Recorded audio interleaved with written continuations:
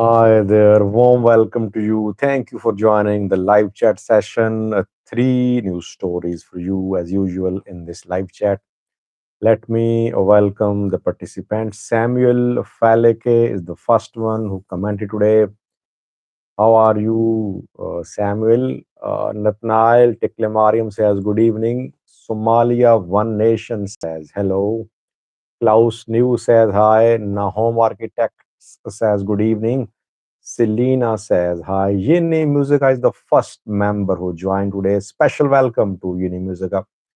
Members have bought membership. They pay to be members of My Views and News. If you want to be a member, you can click the link given in description section of this live chat. You can click the links given in description section of videos as well. Burji Suyama says, Hello. Mooni is back, my friend. How are you, Mooni? Mooni is also a member. Mooni has been to Ethiopia recently. Hope his stay in Ethiopia was, he enjoyed his stay. Let's see what he shares with us about his stay there. Uh, Darni says, What's up, brother? Tibbat Birhane says, Hi. Yemasgan joined too. Hello, Sajid. He says, Samuel Falak is number one always, he says. Yes, Samuel is always one of the first ones. What is Abiy's toddler plan? Somalia says. Somalia One Nation is asking. I'll come to it. Makate Bijine says Ethiopia for Ethiopians. F work Guloma says hi. Eritrology says released. Who was released? Escol says the legend returns. Yemeskin says Muni did not get the mayor job, unfortunately. T&O, hello, Sadi. Your channel is truly captivating. Please continue with your exceptional work. Thank you, T&O. Muni says, Yemaskan, when are you going back to Gondar? Did Yemaskan visit Gondar? It's a news for me. Som says Ethiopia. Bashe says hi. Yemaskan says, Muni, if I go back, I'm dead. Tara here too. Gebre says hi. Three topics viewers. Firstly, Kenobi joined to another member. Fourth member today have joined is Kenobi. He says, "Hello, Sajid. Fano is the one and only hope to save Ethiopia. Viva Fano." Uh, Ethio love. Hi, Mr. Sai. Please update about source of arms for Fano from Sudan. Well, it should be surprising for anyone. Just a quick comment: in Sudan, arms smugglers are operating. They are mainly get weapons from Yemen by sea. The weapon shipments enter Sudan. From where these weapons are sold. It has been happening for some time. It's not something new, by the way. Enge Som Photo says hi. Three topics. Firstly, a new decision by Ethiopian PM Abiy. He met with some investors yesterday. This is the first time that this decision has been made. Korko Dang here too. Drum says hi. Messman is asking about Moscow, the attack on concert there.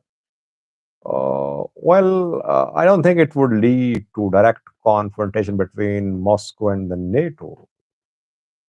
Russia will intensify attacks on Ukraine. Otherwise, Ukraine is distancing itself from this attack. Americans too. So it won't lead to direct war between Russia and NATO, I think.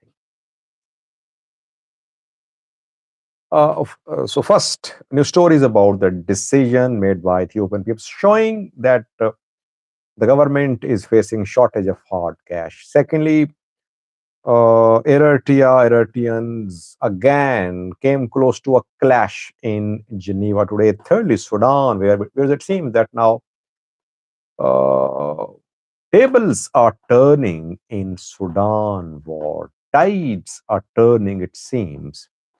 Sudanese military is back in action, supported by some key players. I have updates. T&O has chosen to be a member of the channel. Welcome to this community, T&O. Peace and Love joined too. He says, hi, he said, hi, Mr. Sajid. How are you, Peace and Love? Peace and Love was asking about Mooney Mooney. Mooney Mooney is back today. He's here as well. Bilal Moshe joined. Welcome, Bilal. Another member.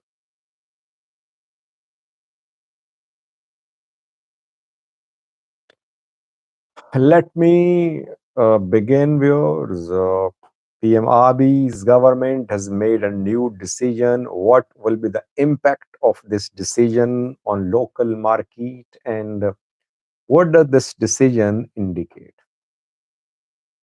We know that Ethiopia opened its telecom sector to foreign investors. I think more than a year ago, when Ethiopia sold shares in Ethio Telecom, and Safaricom from Kenya invested in Ethiopia. It bought shares in Ethio Telecom.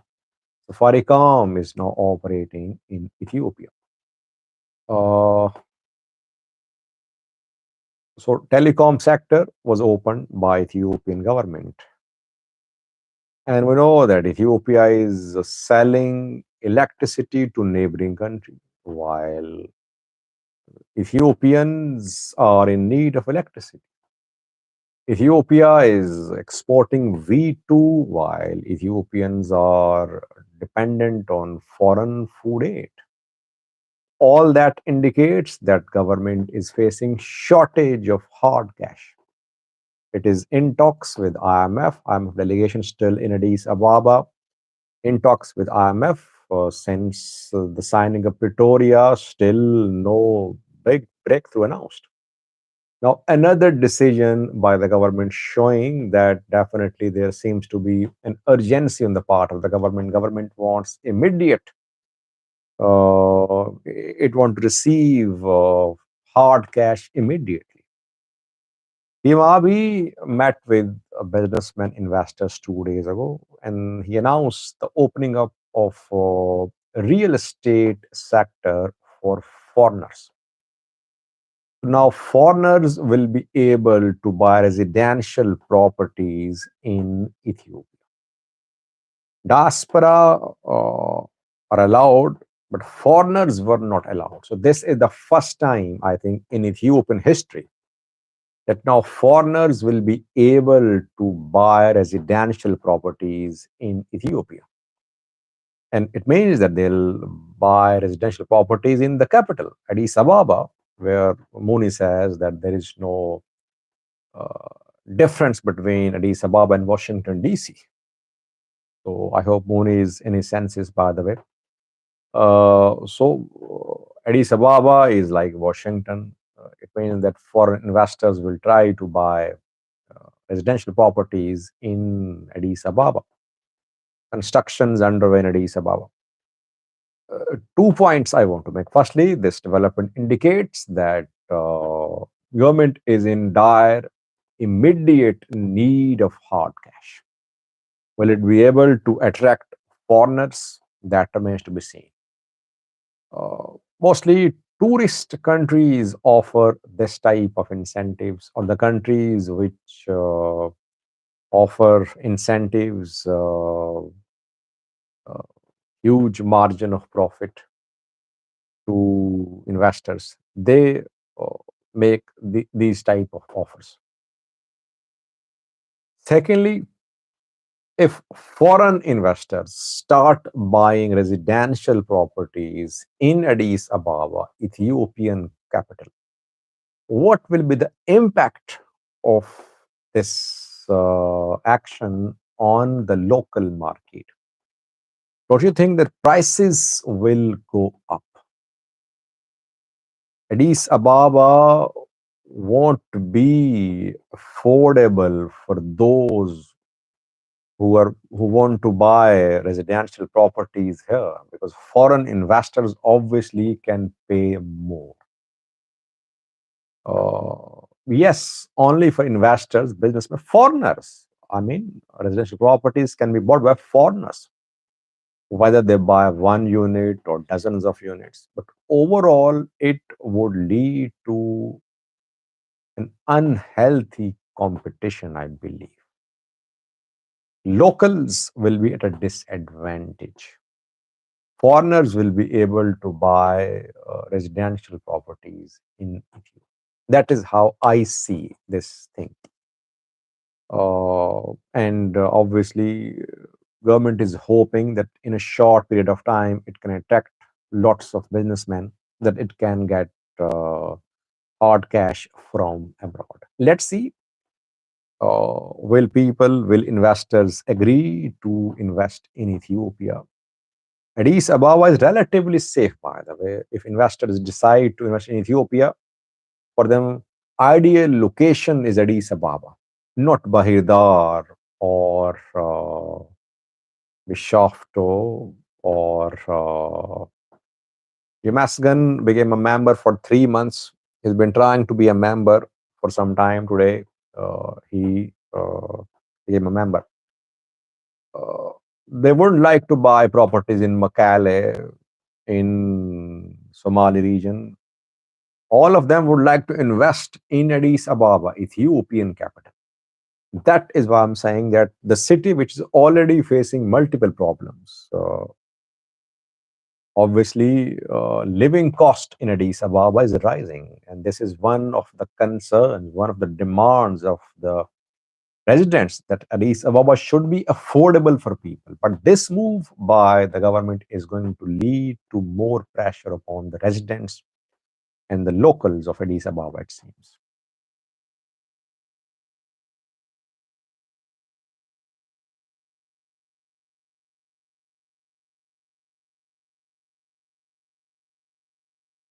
And by the way, today you heard what Shimalis Abdisa said about Addis Ababa. Did a video on that. You can watch the video on My Views and News. Shimalis today openly said that Oromos were expelled, ethnic cleansing was committed. Thank you, Moni. Ethnic cleansing of Oromos was committed in Addis Ababa. Oromos were expelled, and Oromos must return. And he said he accused Amhara and maybe Tegarai to indirectly. Did not name anyone, but he said that Oromos were made to feel like second class citizens in Addis Ababa and they were expelled. Now, a new chapter has begun. Oromos are returning to where they belong. He mentioned several projects being constructed in Addis Ababa by Oromia government, like the Office of Oromia Regional President, Oromia Police Commission Office, Oromia Supreme Court building, etc. So all these projects mean that Oromos are coming back to Addis Ababa. I think Shimalis made it clear today that Addis Ababa will have more Oromos. Perhaps that is why Shaggar is being built. Shaggar surrounds Addis Ababa. If entire Shaggar is populated by Oromos and this Shaggar engulfs Addis Ababa, obviously Addis Ababa will lose its significance. And this announcement by Romeo president will lead to the it will lead to tensions in Addis Ababa between Oromos and Amharas because status of Addis Ababa is disputed. Is it part of Oromia or is it just a federal capital? This issue should be resolved once and for all. Addis Ababa is called as Fenfene by Ola. Amhara people say Addis Ababa is Menelik's seat. You see that you need to have some sort of consensus about the status of Addis Ababa. I think Addis Ababa is serving as both a regional capital of Oromia and federal capital as well. It's a little difficult to understand that one city is serving as a regional capital as well as a federal capital. By the way, I read another video today about deployment of drones and fighter jets by Ethiopian government to an airport. Thank you, Hagos. Airport in Samra Afar. You can watch the video. I did that video a few hours ago. New hangars have been constructed, new runways, new infrastructure has been built on Samra, and reportedly Russian fighter jets, drones are going to be deployed there, the Kinji, etc. This airport is very strategic because from here, Eritrea can be reached, Tigray to Wallo of Amhara to Oromia as well, maybe Somaliland too. So very strategic move by the government to expand Samra Airport. I did a detailed video on that of you.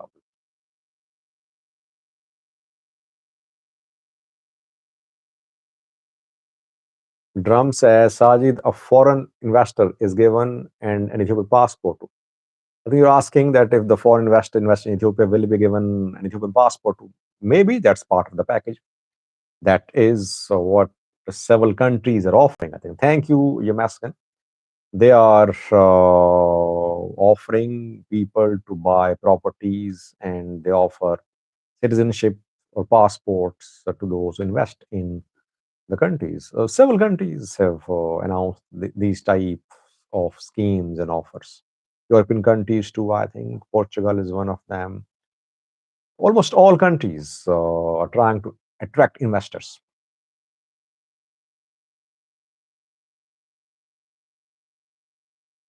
And whenever investors come, yes, government gets money, hard cash, but local people suffer, I think. Daniel says, you're dividing Ethiopians. What am I doing? I mean, Timalis spoke, his statement is available. So, shouldn't I cover what he said? What am I saying? I am not adding to what he said.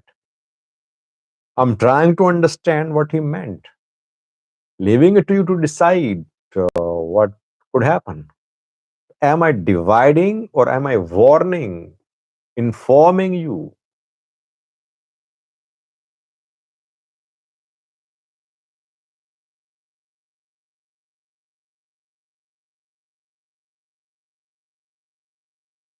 Wallo, what is the fate of deal between Ethiopia and Somaliland? We don't know.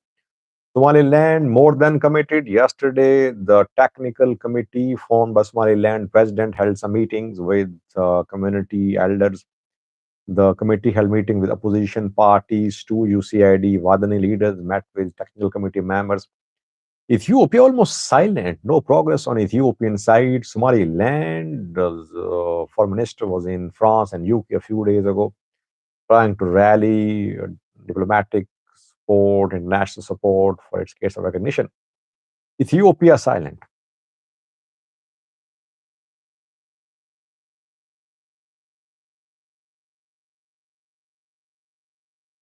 Ifani says, Fano Sajid hates Oromo. Why would I hate Oromo? People say my wife is Oromo.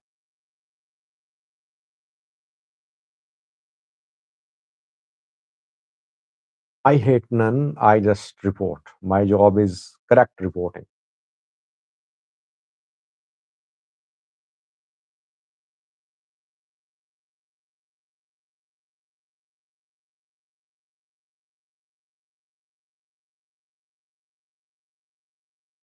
Secondly, viewers, uh,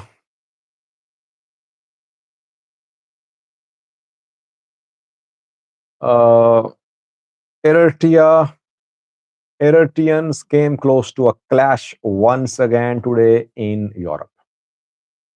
A few days ago, they clashed in Hague. Before that, they clashed in other cities of Europe too. Guracha, I have no update about IMF government talks ongoing. I think the delegation is still in Addis Ababa. No announcement so far. By the way, Mooney has some sources. I know. So hopefully he'll update us. his sources when it comes to financial matters. So, uh, I was talking about the Eritrean issue. Yeah. Eritreans, pro government and opposition, came close to a clash in Geneva today. In Geneva, police had to intervene between the two sides. Why? Because the pro-Eritrean government community had organized a program, uh, and opposition brigade Ham, the members arrived there. They threatened to storm the venue. Police intervened. Tensions arose, but reported there was no clash. Clash was averted because of swift action taken by security forces in Geneva today. So Brigade Hamido continuing with its plan of sabotaging, attacking pro-Eritrean government programs. So we know that Brigade Hamido members are facing trials. They are uh, in some countries. They are facing charges and they could be expelled, they could be put in prison, but still they have not rescinded this approach of attacks, violent attacks on pro-Eritrean government programs. But luckily, there was no clash between the two sides in Geneva. This is what I learned from this.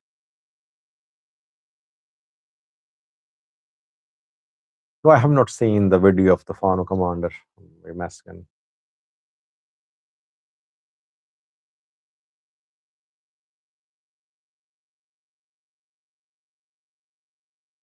With a quick update from Sudan, then I'll take your questions and I'll respond to your comments too.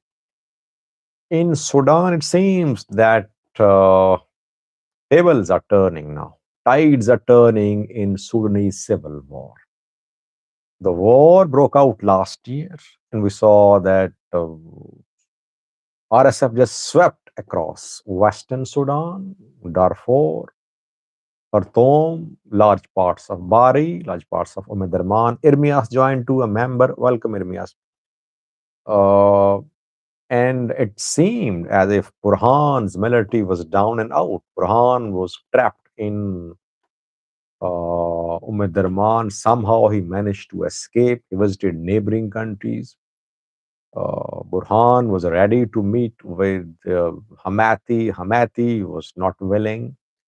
Then Burhan received support, drone support, other support, and Burhan found internal allies too. Military led by Burhan retook large parts of Umidurman a few days ago. Now, the reports which are coming in from Western Sudan, Darfur indicate that a broad alliance against rapid support forces is emerging. Mini Minawi, the governor who led Sudan Liberation Army, has reportedly joined the fight against rapid support forces. He's joined the Sudanese army. Secondly, Justice and Equality Movement of Jibril Ibrahim has also joined this anti-RSF movement. RSF is going to face a tough time in Darfur, though still I would say RSF is the strongest force in Darfur, in Western Sudan. But during the war between military and RSF in Darfur, Justice and Equality Movement, Sudan Liberation Movement remained neutral. In a way, they indirectly allowed RSF to take over Darfur. Al-Mini Minawi was serving as governor of Darfur. He just kept quiet. He remained in control of Al-Fashir, I think. His forces were there too. But now Minawi, Jiba Ibrahim, so the military, they have decided to take on rapid support forces. We could see tables turning in Western Sudan too in coming days. And by the way, Chad, we know, has been serving a transit for supplies of weapons logistics from UAE to rapid support forces. Chad shares border with Sudan. Chad UAE relations are going to deteriorate in coming days. Why? Because Chadian President Mohammed uh, Dabi was in the UAE. He stayed there for 3 to 4 days, but he could not meet with Mohammed bin Zayed al Nahyan. Mohammed bin Zayed deliberately snubbed Chadian president. Chadian president angry left UAE reportedly. It happened, I think, yesterday. If Chad UAE relation deteriorate, it means that rapid support forces won't be able to get supplies from the UAE through Chad. So coming days could be challenging for Hamati's rapid support forces, it seems.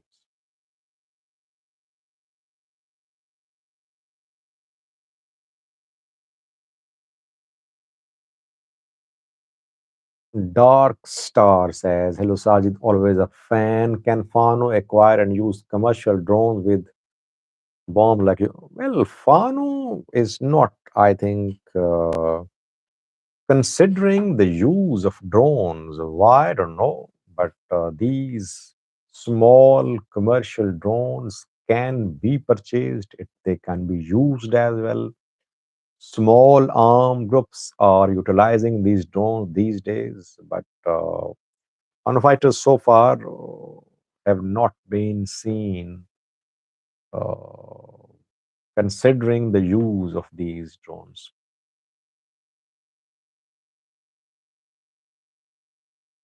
Who controls more in Sudan? I think military controls more, but problem is that the areas controlled by military are not solely controlled by military. For example, Eastern Sudan, where tribes are in a very strong position. No, magnetism is not a member, you ask. Uh, John Spencer, I talked about them a few minutes ago. Can you bring Vediafla, Sajid? Peace and love says. Vediafla is very active in comment section, but he's boycotting live chats because maybe he was missing Mooney Mooney. So maybe hopefully he'll join. So the areas like Eastern Sudan where there is no RSF, but we cannot say that military is in control of Eastern Sudan. Yes, we can say military in alliance with tribal leaders in control of Eastern Sudan. RSF, where it is in control, it's solely in control of those areas. In terms of territories, yes, more territories under military control, but RSF in a strong position wherever it is.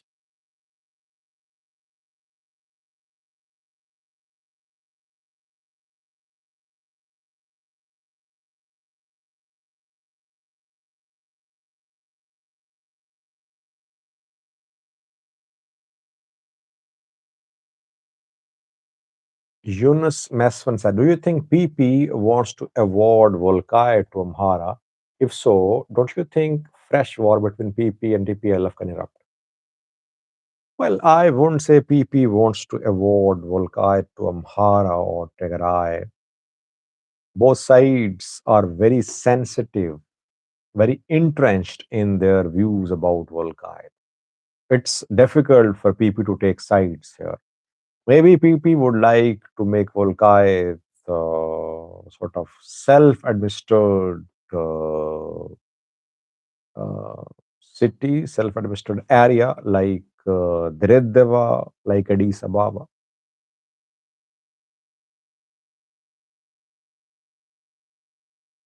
Someone in Amharic, I think, or Tigrinya says, geopolitically, how do you see what's going on in the region? Well, it's not hard to understand. War in Sudan, warlike situation in Amhara, Tigray border issue unresolved, Volkite unresolved, Somalia, Somaliland issue unresolved, Al Shabaab flexing muscles, attacks by Al Shabaab intensifying, uh, Ethiopia, Somalia confronting each other. Djibouti relatively stable because of foreign bases there, but if Ethiopia stops using Djibouti ports, Djibouti could be facing economic trouble. No change in Eritrea. One man in power for decades. Graveyard like peace there. People fleeing. Diaspora hoping that one day Eritrea will be like the USA or Europe. And they say that the country is very safe, very stable, but no big change there. This is what Horn and the countries close to Horn look like.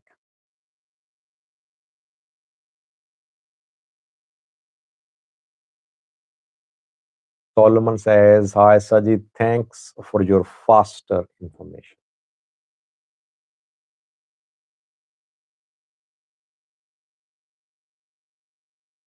What is Isaiah's position on Sudan war? I think Isaiah supports military. Burhan is a key ally for Isaiah's now. Burhan, Isaiah's Sisi of Egypt, maybe Hassan Sheikh of Somalia. They're allies now. RSF, UAE, Abiy, other camp.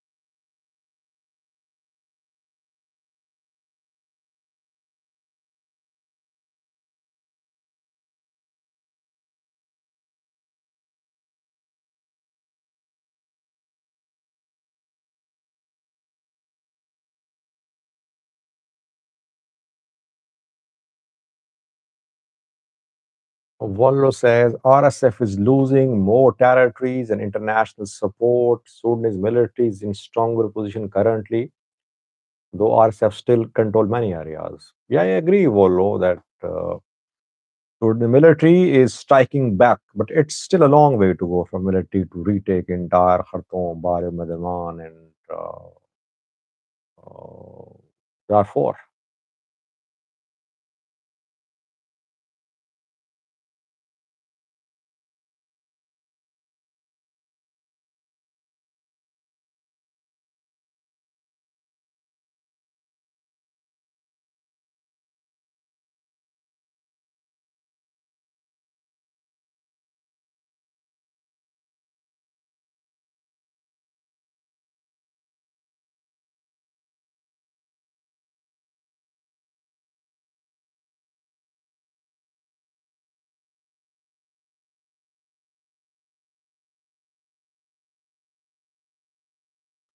Where the Somalis today, Mooni saying Somalis are here, but today no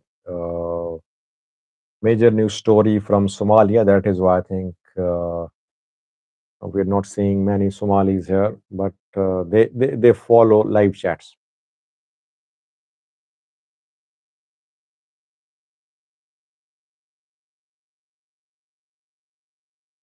Yeah, Abdisas, Abdis Somali.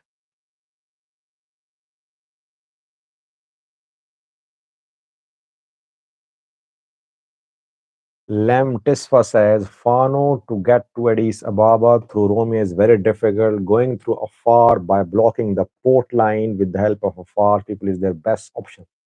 By the way, today, this idea of going to Ethiopia Djibouti highway is under discussion in Fano circles. This idea has been floated that Fano should consider going to Ethiopia Djibouti road. If you remember, Tigray had similar plans too, that Tigray fighters wanted to cut off the road. And if you remember, they captured 4 Waradas in Afar, but they could not uh, advance toward Ethiopia Djibouti road. Why? Because the uh, Afar region uh, they had to pass through a far region, and the area, plain area, very vulnerable to drone strikes. And that is where TDF members suffered losses when they tried to move toward the Ethiopia Djibouti highway. But here, Fano fighters have an edge, I think. Instead of entering afar from Bati, I think they can move towards Ethiopia Djibouti road from North Shore to from North Shore Oromia border. From there as well, they can move towards the road. The road can be cut off, but again, they'll have to pass through Oromia to reach Ethiopia Djibouti highway, or they'll have to take the longer route from Oromia Special Zone or from Wollo to enter Afar and then move hundreds of kilometers towards the road. This is a long route, I think.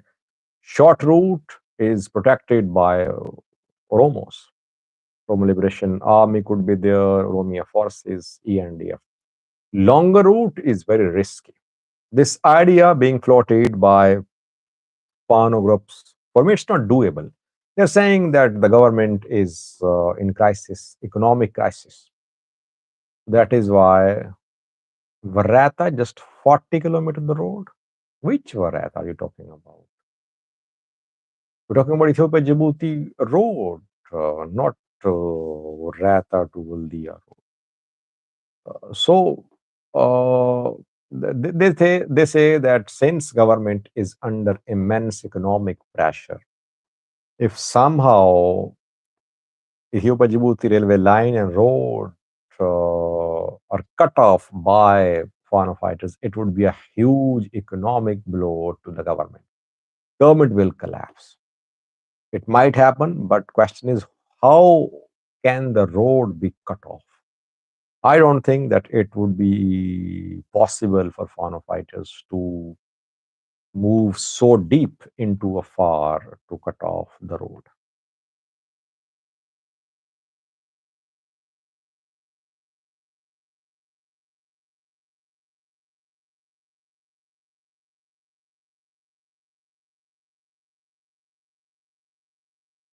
John Spencer, Iskandar Naga, the out and out leader of Fano. What is the out and out leader? The one who is out of everything?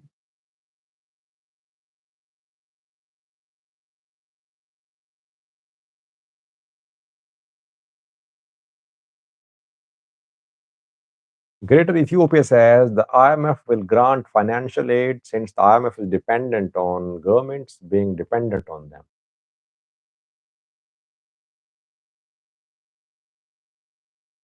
Orom Ticha says Sajid is working for Oromia's strongman, President Shimalis Abdisa, and coffee from.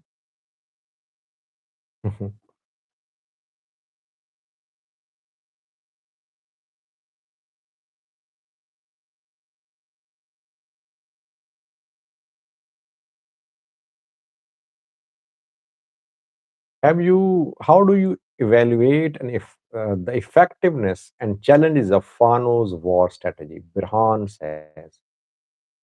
Did some videos on that, I think. I said that Fano learned from ADF. Fano fighters are not repeating the mistakes.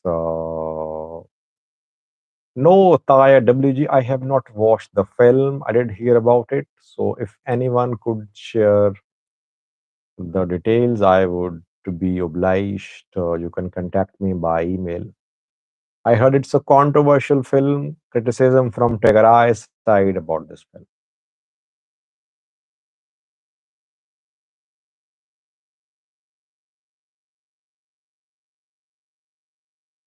So I think Fano's strategy is that of typical guerrilla warfare. They want to operate in small groups, in small units. They are fighting a long war. But one thing which is striking is that these Fano commanders are telling their fighters and people too that they are about to reach Addis Ababa, that government is going to collapse, that they are in a position to storm Addis Ababa, which I don't agree with.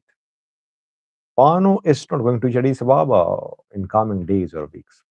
They are just trying to motivate their people by telling them that Addis Ababa is they can reach Addis Ababa very soon, which does not seem to be possible. Otherwise, yes, they can survive. The way they are operating in the region, they're surviving for a year. They'll survive. They cannot be crushed, but we cannot say they're about to reach Addis Ababa.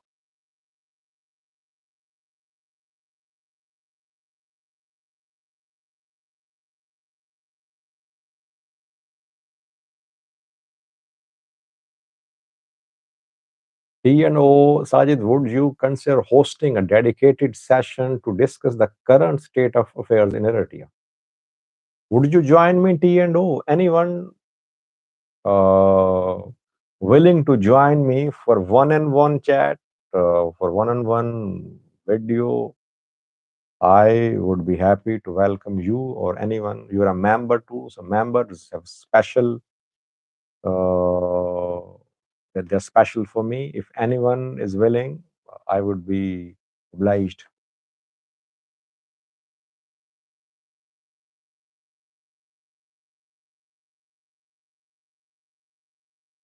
Abdisas, which ethnic names hardest for you to pronounce? I think Somali names are new for me. When they write C, the sound of C is I think. Abdi. Abdi. This is like so C does not mean K. Am I right? Abdisas.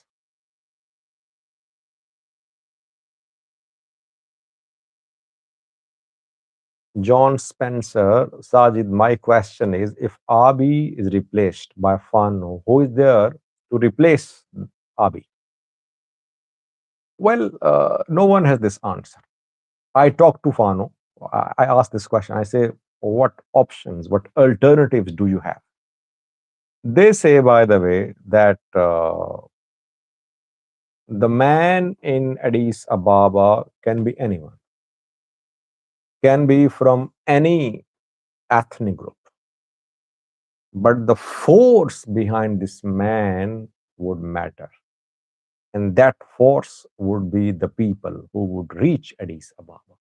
They can, they seem to be saying that they can install any puppet prime minister, but they want to be, they and their other allies want to be the real man who will dictate terms in Addis Ababa.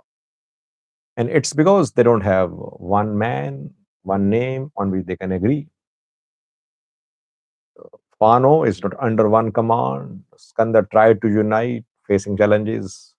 Colonel Fantahun tried to unite, facing challenges. They don't have unity in their own structure. How can they agree on one name about prime minister?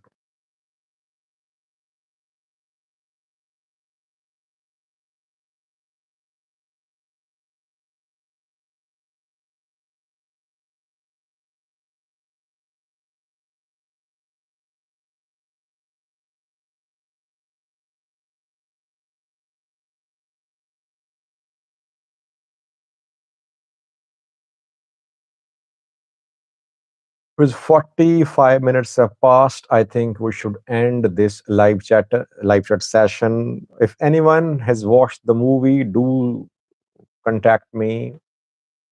It's difficult for me to get translation of an entire movie, but I want to know what this movie is about. Why are Tigrayans so angry? Why are they criticizing the prime minister, and why are they lashing out at uh, this movie? What happened? What is this movie about?